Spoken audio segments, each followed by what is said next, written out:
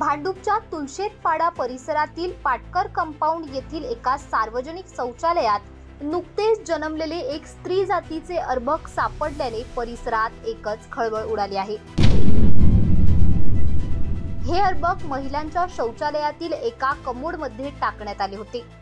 परिसरातील काही महिला शौचालय वापरण्यासाठी गेल्या असता त्यांना हे अर्भक आढळून आले। त्यांनी तात्काळ स्थानिकांच्या मदतीने अर्भकाला भांडूप पोलीस ठाण्यात नेले।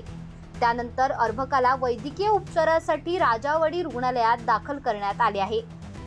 सध्या अर्भकाची प्रकृती स्थिर असून डोक्याला किरकोळ दुखापत झाली आहे। हे अर्भक नेमके कोणी आणि कशासाठी आणि कसे या शौचालयात आणून टाकले याचा तपास भांडूप पोलीस करत आहेत। स्थानिकांनी दाखवलेली समयसूचकता आणि तत्परता यामुळे या चिमुकल्याचा जीव वाचू शकला, हे मात्र निश्चित। पाटकर कंपाऊंड तुळशीपाडा राहणार इथले आम्ही वस्तीत राहणारे सगळे बाजूला आजूबाजूला राहणार आहेत। आपल्याला लिहिली आहे की इथे बाथरूममध्ये एक नवजात मुलगी आणून तिकडे टाकलेलं आहे। तिला त्याची नाळ पण कापलेली नव्हती। त्या परिस्थितीत आम्हाला 8 वाजता भेटली ती।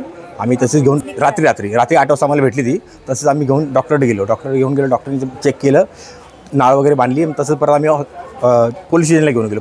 पोलीस स्टेशनला घेऊन गेलो, तिथून आम्हाला सांगितलं की डायरेक्ट राजवाडीला घेऊन जा। मग तसंच आम्ही पोलिसांबरोबर राजवाडीला गेलो। मग तिकडे त्याला ॲडमिट केलं। ॲडमिट करून मग आता ते बाळ सुरक्षित आहे। बाळ डॉक्टरने सांगितलं की व्यवस्थित आहे म्हणून।